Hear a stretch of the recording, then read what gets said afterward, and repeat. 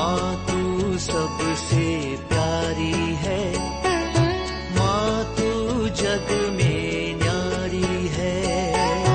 माँ तू सबसे प्यारी है, माँ तू जग में न्यारी है। अपने आंचल में रखना, अपने आंचल में रखना। हमें वरदानों से भरना। माँ तू सबसे प्यारी है, माँ तू जग में न्यारी है। माँ तू सबसे प्यारी है, माँ तू जग में न्यारी है। पिता, पुत्र और पवित्र आत्मा के नाम पर आमीन। आप सबों को जय यीशु। कल हम लोगों ने मनन चिंतन किया, एक पुरोहित के पास जाकर के क्यों पाप स्वीकार करना है। क्या डायरेक्ट हम ईश्वर से पाप मुक्ति नहीं प्राप्त कर सकता? ईसा मसीह ने हमारे पापों का प्रायश्चित किया तो वही हमारा पाप क्षमा करेगा। हम लोगों ने कल मनन चिंतन किया, नहीं, ईसा मसीह ने हमारे पापों का प्रायश्चित जरूर किया, इसलिए सारे मानव जाति को पाप मुक्ति मिलता है। लेकिन बपतिस्मा के द्वारा हम उससे प्राप्त करते हैं। इसके बाद हमें पाप नहीं करना चाहिए। जो मसीह में हैं, जो मसीह लोग हैं, बाइबल कहते हैं वो पाप नहीं करता। हम अपने अंतःकरण को जांच करके देखिए, क्या हम पाप नहीं करते? मन में सोचने के कारण, बोलने के कारण, कर्मों के द्वारा, ईश्वर के 10 आज्ञा, कलीसिया के 6 नियम, 7 मूल पाप, हमारे 5 इंद्रियों के द्वारा, इस प्रकार हम बारंबार पाप में गिरते हैं। हर मनुष्य पाप करते हैं, एक भी व्यक्ति ऐसा नहीं है जो पाप नहीं करते। तो सवाल है, यदि एक पुरोहित भी पापी है, पापी का कैसे पाप क्षमा कर सकता है? कई लोग बोलते हैं पुरोहित तो हमसे भी बड़ा पापी है, देखो कितना कितना पाप करते हैं, वो कैसे हमारा पाप क्षमा करेगा? उनके पास बोलने से कैसे पाप क्षमा करेगा? कई लोगों का मन में इस प्रकार का एक विचार है, एक डाउट है। ये शैतान लाने वाला एक डाउट है। और अन्य ऐसे कलीसिया हैं जो कैथोलिक की कलीसिया का विरोधी, अनेकों लोगों को कैथोलिक की कलीसिया से छुड़ाना, उनको केवल पैसा मिलना है, धन का लालच है, प्रार्थना करने के लिए, हाथ रखने के लिए, हर चीज के लिए पैसा पैसा पैसा, यहां दशमांश लाओ, यहां डालो, उनको धनी बनना है। इसलिए अनेकों को एकजुट बनाना, वो क्रिश्चियन धर्म का एक प्रकार मैं बोलूंगा शैतान उसको तोड़ने का एक तंत्र किया है। इस प्रकार छोटे छोटे टुकड़े कलीसिया बना रहे, केवल पैसे के लालच में। अनेकों ऐसा कैथोलिक लोग कैथोलिक कलीसिया में प्रचार कर रहे थे, लेकिन वो स्वतंत्र नहीं है, यहां पर नियम के से बांधा हुआ है, कुछ भी नहीं बोल सकता, सिखा सकता। जो बाइबल में है, जो कैथोलिक कलीसिया आधिकारिक रूप से जो सिखाते हैं, उसमें जुड़े रह करके हमें काम करना पड़ता है। कुछ लोग वो नहीं चाहते हैं, अपनी मर्जी का कुछ सिखाना, मनमानी बातों को सिखाना वो चाहता है। हम लोग तिमोथी को लिखते हुए संत पौलुस बताते हैं, तिमोथी के नाम दूसरा पत्र, वहां अध्याय 2 में वाक्य 3 के अंदर लिखा है, ईसा मसीह के उत्तम सैनिक के तरह तुम मेरे साथ कष्ट सहते रहो। एक उत्तम सैनिक के तरह हमें कष्ट सहना है। जो सेना में नाम लिखा चुका है, वह नागरिक जीवन की झंझटों में अपने को नहीं फंसाता, जिससे वे सेना के अधिकारी को प्रसन्न कर सके। बपतिस्मा के द्वारा ईसा मसीह के शरीर अर्थात कलीसिया का अंग बनने के बाद जो कलीसिया का अधिकारी जो बोलता है, उसके अनुसार जीना है। उस कलीसिया से जुड़ करके एक उत्तम सैनिक की तरह प्रभु की सेवा करना है। जो प्रभु चाहता है वही कलीसिया चाहते हैं। कलीसिया का अधिकारी जो बोलता है वही प्रभु चाहता है। तो कलीसिया के अधिकारी के अधीन रहकर हमें कार्य करना है। और वाक्य 5 में कहते हैं, किसी भी खिलाड़ी को पुरस्कार नहीं मिल सकता जब तक कि वह खेलकूद के नियमों का पालन नहीं करता। हमें मालूम है, एक बार जो मेरे विचार में 800 मीटर के जो दौड़ चल रहा था फाइनल, हमारे देश का शाइनी विल्सन नाम की जो खिलाड़ी दौड़ रही थी, अन्य सारे खिलाड़ियों से काफी दूर भागता हुआ हमने देखा। लास्ट तक अनेकों लोगों को पछाड़ते हुए सबसे आगे भागने वाली, और काफी डिस्टेंस में वो आगे भाग रही थी। इस प्रकार दौड़ पूरा किया, हम लोग सब खुश हो गया, जो गोल्ड मेडल उन्हें मिला। लेकिन कुछ ही समय के अंदर अनाउंस किया, शाइनी विल्सन ने जो ट्रैक चेंज किया, जो 800 मीटर में रनिंग में ट्रैक चेंज कर सकता है, जहां उनको ट्रैक चेंज करना था उससे पहले उन्होंने ट्रैक चेंज करने के कारण वो डिस्क्वालीफाई हो गया। डिस्क्वालीफाई होकर के वो गोल्ड मेडल जो मिला उसको नष्ट किया।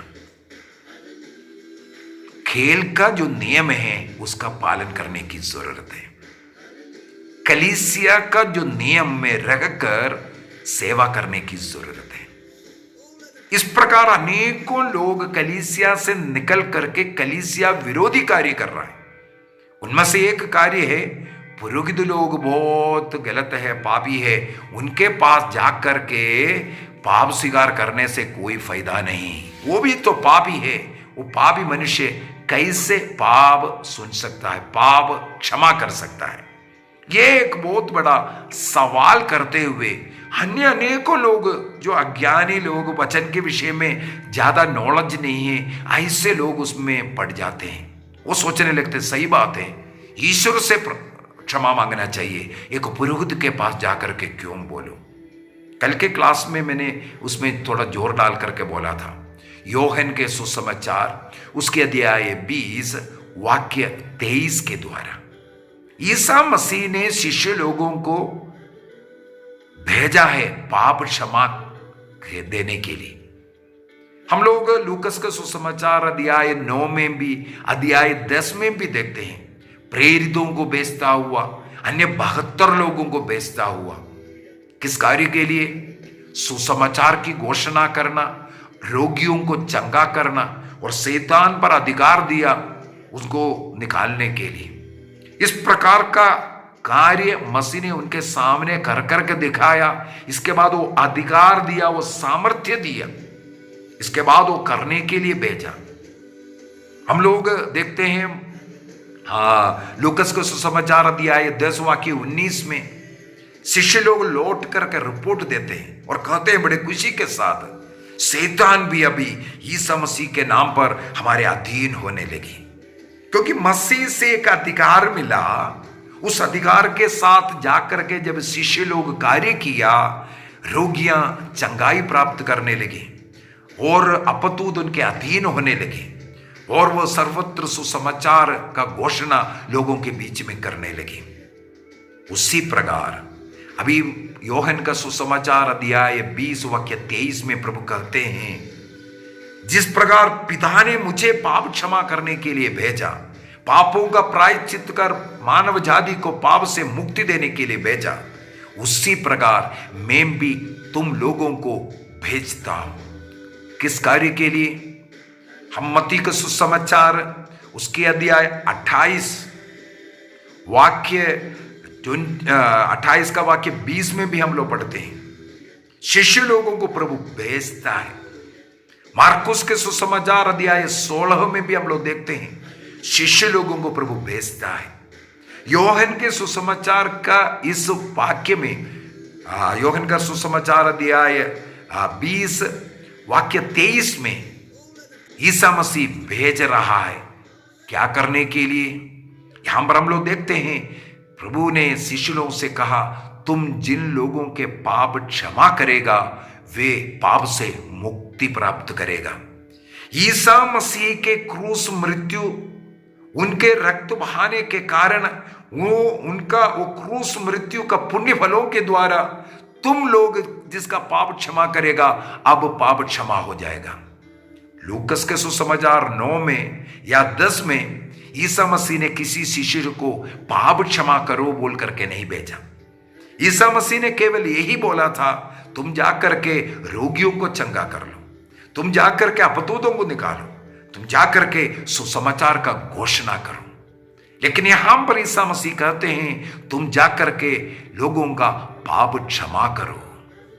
देखो, स्वर्ग जाने के पहले जो पाप क्षमा करने का अधिकार ईसा मसीह में था, स्वर्ग में और पृथ्वी पर सब चीजों पर अधिकार रखने वाला, सबों पर अधिकार रखने वाला मसीह, मार्कुस का सुसमाचार अध्याय 2:10 के द्वारा मानव पुत्र को पाप क्षमा करने का अधिकार है बोल करके जो शास्त्रियों से कहा। और हम लोग देखते हैं लूकस के सुसमाचार 7:48 में 7:48 में ईसा मसीह पापिनी स्त्री का पाप क्षमा करते हुए उस अधिकार का प्रयोग करते हुए वहां पर फरीसी को भी बोलने लगे, ये कौन है? शास्त्री और फरीसी के लिए वो ईश निंदा था। मसीह ने कहा मानव पुत्र को मुझे वो अधिकार है। वो जो अधिकार मसीह के पास था वो अधिकार शिष्य लोगों को दिया पाप क्षमा करने का। जिनका पाप यहां क्षमा करेगा स्वर्ग में भी क्षमा करेगा। यहां जिसके लिए निषेध होगा वहां पर निषेध होगा। यहां जहां हाँ है वहां हाँ है, यहां जो ना है वहां ना है। शिष्य लोगों को यह अधिकार दिया। विशेषकर हम बोल सकते हैं उन्हें पिता पुत्र पवित्र आत्मा के नाम पर बपतिस्मा देने का अधिकार। यदि मत्ती का सुसमाचार अध्याय 28 वाक्य 20 में हम लोग पढ़ते हैं, पिता पुत्र पवित्र आत्मा के नाम पर सबों को बपतिस्मा दो, सारे संसार को शिष्य बनाओ, सबों को वचन सुनाओ और उन्हें बपतिस्मा दो। बपतिस्मा देकर उन लोगों को पाप क्षमा मिलेगा। इसके बाद बपतिस्मा के बाद जो पाप करता है उसकी क्षमा के लिए पाप स्वीकार संस्कार को ठहरा करके कहते हैं जिनका पाप क्षमा करेगा वे पाप से मुक्ति प्राप्त करेगा। इसका मतलब ईसा मसीह के क्रूस मृत्यु का वो जो पाप क्षमा का फल सबसे पहले बपतिस्मा के द्वारा मिलता है। इसके बाद करने वाला पापों का मुक्ति पाप स्वीकार संस्कार के द्वारा। वो पाप स्वीकार संस्कार यहां भूमि में रह करके ईश्वर से प्रार्थना करने से प्रभु कहते हैं नहीं मिलेगा। तुम जिन लोगों का पाप क्षमा करेगा वही पाप क्षमा होगा। तुम जिन लोगों का पाप क्षमा नहीं करेगा वो पाप में बंधे रहेगा। योहन का सुसमाचार अध्याय 20 वाक्य 23, जॉन चैप्टर 20 वर्स 23। जो लोग एक पुरोहित के पास जाकर के अपने पापों को नहीं बताता, जो पापों को छिपाता है, उन्हें पाप क्षमा नहीं मिलेगा। वह पाप में बंधे रहेगा। ईश्वर के पास जाकर के रोने से उसका प्रायश्चित करता हूं प्रभु आपसे नहीं करूंगा बोल करके जितना भी चीखे चिल्लाएं उनको पाप क्षमा नहीं मिलेगा। अभी सवाल है, पुरोहित स्वयं पापी है, नशा करने वाला, व्यभिचार करने वाला, चोरी करने वाला, सांसारिकता का जीवन जीने वाला, प्रार्थना नहीं करने वाला, भक्ति नहीं है, लेकिन उनके पास अधिकार है। पवित्रता नहीं है लेकिन अधिकार है। प्रार्थना नहीं लेकिन अधिकार है। उस अधिकार के कारण वे पाप क्षमा करता है, उनके कोई पुण्य फलों के कारण नहीं। हमें इसलिए पुरोहित की कमजोरी क्यों देखने की जरूरत नहीं। एक और बात मैं बोलना चाहूंगा, कई लोग ये भी बता करके देता है पुरोहित को नहीं, हम ईश्वर को बोलता है पाप। गलत तो बोल रहा है। एक पुरोहित के पास जाकर के हम पापों को स्वीकार करता है, हम उस पुरोहित को ही बोलना है।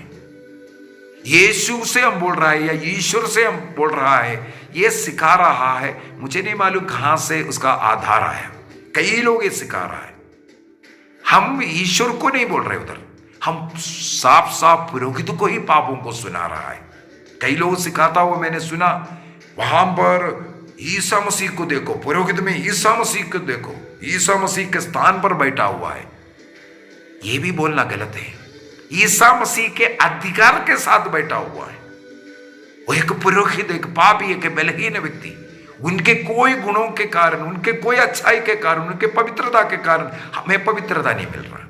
हमें मसीह के क्रूस मृत्यु के कारण मिल रहा है, लेकिन उनको एक अधिकार है हमारा पाप क्षमा करने का। हम पापों को घृणा करते हुए, अब से पाप ना करने का निर्णय करते हुए, पापों का पश्चाताप करते हुए, पापों के लिए उचित प्रायश्चित करने का निर्णय करते हुए, हमें को पुरोहित के पास जाकर के जब पापों को बोलता है, वे उन्हें प्राप्त अधिकार के साथ ईसा मसीह के क्रूस बलि के द्वारा वो जो अधिकार उन्हें मिला हुआ है, उसके पुण्य बलों के द्वारा वो अधिकार में बैठ करके वो हमारा पाप को क्षमा करता है। एक पुरोहित, एक पापी व्यक्ति, एक बलहीन व्यक्ति, एक कमजोर व्यक्ति, लेकिन उन्हें मिला हुआ जो अधिकार वो स्वर्गीय अधिकार है, ईश्वर की अधिकार है। उस अधिकार का हम मान सम्मान करना है। उस अधिकार का हम मान सम्मान करना है। कभी मैं पहले फौज में था, कुछ सिपाही लोग अधिकारियों से झगड़ते हैं, तब वो अधिकारी लोग बोलते हैं तुम्हें मालूम नहीं मैं कौन है, प्रेसिडेंट से मुझे अधिकार मिला है, मेरा ये जो रैंक वो प्रेसिडेंट के द्वारा मिलता है, तो उस रैंक को तुम्हें आदर करना जरूरी है बोलते हैं। बिल्कुल सही बात है। चाहे हमारा मिनिस्टर, चाहे कितना भी उनके पीछे बड़े बड़े केस रहता है, जेल में रहा होगा, लेकिन मिनिस्टर को एक अधिकार मिला है, उस अधिकार के साथ वो कार्य करता है। इसी प्रकार हमारे जो न्यायाधीश लोग हैं, उनको एक अधिकार मिला हुआ है, वो अधिकार में बैठ करके वो न्याय करता है। ईसा मसीह का एक अधिकार पुरोहित को मिला है, उस पुरोहित उस अधिकार में बैठ करके ये कार्य कर रहा है। इसलिए कभी भी ये नहीं कहना है कि पुरोहित पापी है इसलिए मैं क्यों उसके पास जाऊं, पुरोहित मेरे से बड़ा पाप किया हुआ है इसलिए मैं क्यों जाऊं। हम पापी मनुष्य के पास नहीं, अधिकार के पास जाना है, अधिकारी के पास जाना है जिन्हें अधिकार प्राप्त है, तब हमें पाप मुक्ति मिलेगा। पाप मुक्ति के लिए कोई और मार्ग नहीं। एक पुरोहित के सामने जब तक पाप स्वीकार नहीं करेगा, हमें पाप मुक्ति मिल नहीं सकता। आंखें बंद करेंगे,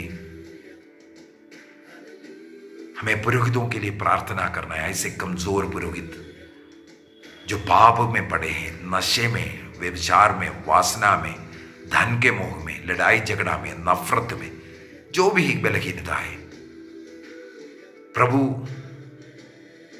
उन्हें क्षमा करे, उन्हें पश्चाताप की कृपा दे।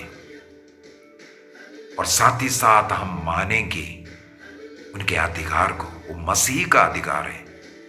एक पुरोहित को नहीं मानना, उनके अधिकार को नहीं मानना, वो मसीह को नहीं मानना। ईसा मसीह ने जो अधिकार दिया उसको नहीं मानना है। निर्णय कीजिए, हम उनके अधिकार को मानेंगे। मुझे पाप क्षमा केवल एक पुरोहित के द्वारा ही मिलेगा। उनके पुरोहिताई के द्वारा मुझे बपतिस्मा मिलता है, मुझे दृढ़ीकरण संस्कार मिलता है, मुझे पाप स्वीकार संस्कार मिलता है, मुझसे मिस्सा बलिदान मिलता है, मेरा विवाह उनके द्वारा हो सकता है, और मेरा रोगी विलेपन हो सकता है, अंतिम संस्कार उनके द्वारा हो सकता है। तो मुझे ये भी स्वीकार करना है, उनको अधिकार है मेरे पापों को क्षमा भी करने का। पिता, पुत्र और पवित्र आत्मा के नाम पर आमीन। आप सबों को जय यीशु।